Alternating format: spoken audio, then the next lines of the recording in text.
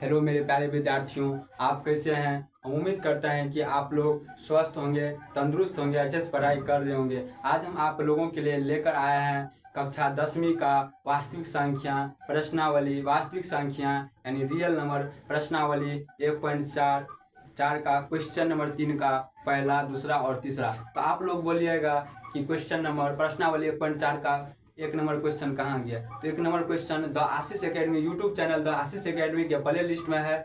हम इससे पहले वीडियो अपलोड किए हैं, तो आप लोग हमारे चैनल द आशीष एकेडमी पे जाके प्ले लिस्ट में चेक कीजिए, वहाँ पे आप लोगों को जरूर मिलेगा।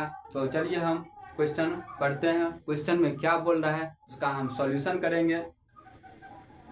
तो क्वेश्चन है, कुछ वास्तविक संख्याओं के दशमलव प्रसार नीचे दर्शाए गए हैं। प्रत्येक स्थिति के लिए निर्धारित कीजिए कि यह संख्या परिमेय संख्या है या नहीं। यदि यह परिमेय संख्या है और p/q के रूप की है तो q के अभाज्य गुणनखंडों के बारे में आप क्या कर सकते हैं। इसमें बोल रहा है यह संख्या परिमेय है या अपरिमेय। अगर यह परिमेय संख्या है तो इसे p/q के रूप में लिखना है, और अगर यह अपरिमेय संख्या है तो इसको बताना है या परिमेय है या अपरिमेय। आपसे यही क्वेश्चन है कि बोल रहा है किताब कि परिमेय संख्या है या अपरिमेय। तो क्वेश्चन पहला है 43.1 2 3 4 5 6 7 8 9। लिखें, सबसे पहले लिखेंगे सॉल्यूशन। सॉल्यूशन लिखने के बाद क्वेश्चन उतारेंगे 43.1 2 3 4 5 6 7 8 9। दशमलव है, दशमलव उड़ाएंगे, बट्टा में एक आ जाएगा। उसके बाद दशमलव के बाद जितना संख्या रहेगा उसको नीचे में उतार देंगे। तो 9 गो संख्या है तो 9 गो जीरो हो जाएगा। 2 3 4 5 6 7 8 9 p/q के रूप में आ गया। तो देखिए p/q के रूप में आ गया है, तो उसको लिखेंगे परिमेय। यही हो जाएगा आप लोगों का आंसर। यही हो गया आप लोगों का आंसर। और दूसरा क्वेश्चन है, दूसरा क्वेश्चन क्या है, दूसरा क्वेश्चन है 0. दूसरा क्वेश्चन है 0.120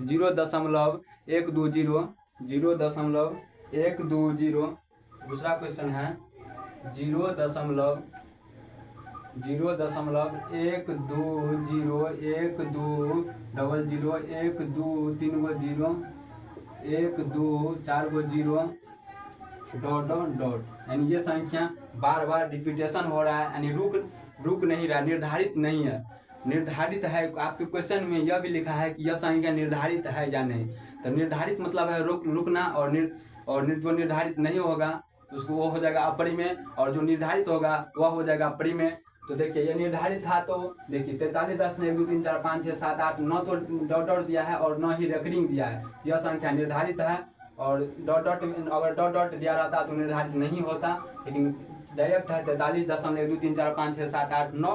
तो ये संख्या निर्धारित है, इसलिए लिख दिया परिमेय सॉल्व करके। तो लिखिए, इसको सबसे पहले लिखेंगे सॉल्यूशन। सॉल्यूशन लिखने के बाद सबसे पहले क्वेश्चन को बताएंगे 1 2 0 1 2 0 1 2 3 गो जीरो 1 2 4 गो जीरो डॉट है, ऐसे है।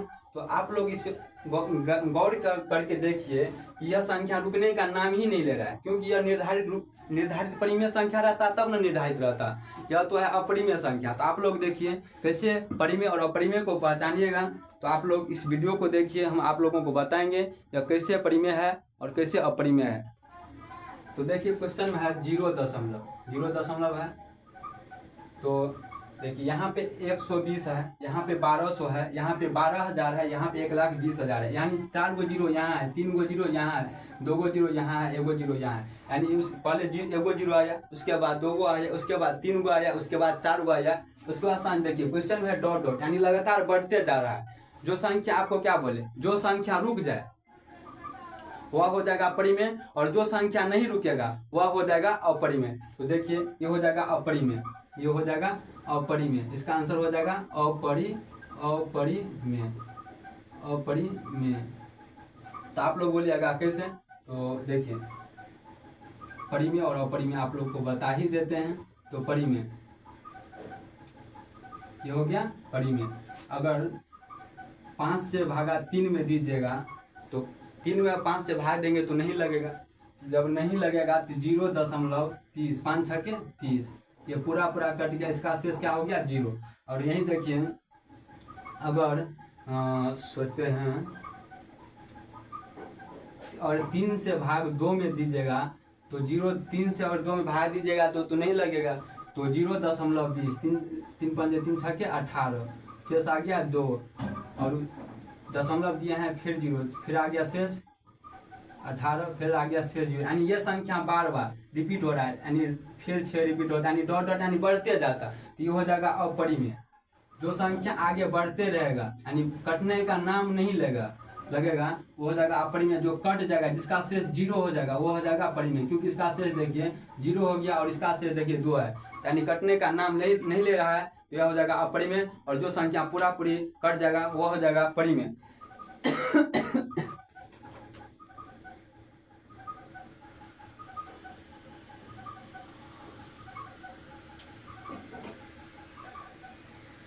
तो हम आप लोगों से उम्मीद करते हैं कि आप लोग ये क्वेश्चन जो क्वेश्चन हम अभी सॉल्व किए हैं आप लोग अच्छे प्रकार से समझ लिए होंगे। तो आप लोग इस क्वेश्चन को जल्द से जल्द नोट करिए, क्योंकि प्रैक्टिस करना भी बहुत ज़रूरी रहता है। तो आप लोग से उम्मीद है कि आप लोग इसको बार बार प्रैक्टिस करते रहिएगा, क्योंकि एग्ज़ाम बिहार बोर्ड में वो भी मैथ के समय में बहुत कमज़ोर स्टूडेंट को समय के अभाव में अच्छे अंक नहीं ला पाते हैं। तो आप लोग जितना प्रैक्टिस कीजिएगा उतना समय बचेगा। तो आप लोग इसको बार बार प्रैक्टिस करते रहिएगा।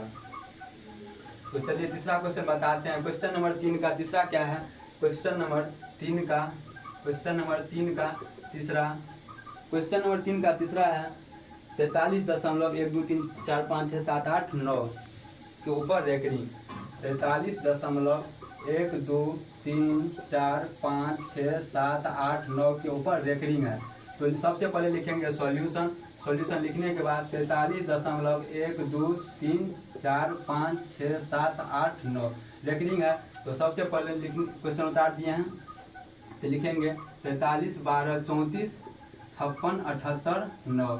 दशमलव के पहले जो संख्या रहेगा उसको माइनस में 43 कर देंगे। उसके बाद 43 करने के बाद तो आप लोग गौर करके देखिए दशमलव के बाद कितना संख्या है। तो दशमलव के बाद 9 संख्या है, क्योंकि देखिए दशमलव है यहाँ पे। तो दशमलव 2 4 6 8 1 9 हो गया और उसके बाद माइनस कर देंगे। और फिर आप लोग देखिए दशमलव के बाद और रेकरिंग से पहले दशमलव के बाद दशमलव हो गया और रेकरिंग से पहले कोई संख्या नहीं ना है, तो लिखेंगे 10 के पावर 0 हो जाएगा। तो 10 के पावर अगर 0 हो जाएगा तो सॉल्व करेंगे 43 12 34 56 746 बट्टा क्वेश्चन है ना जी।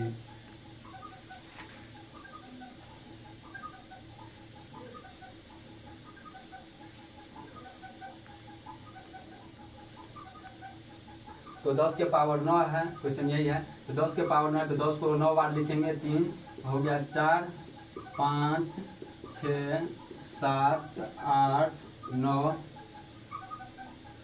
ये हो गया 9। और किसी संख्या के पावर में 0 रहता है तो उसका मान 1 हो जाता है।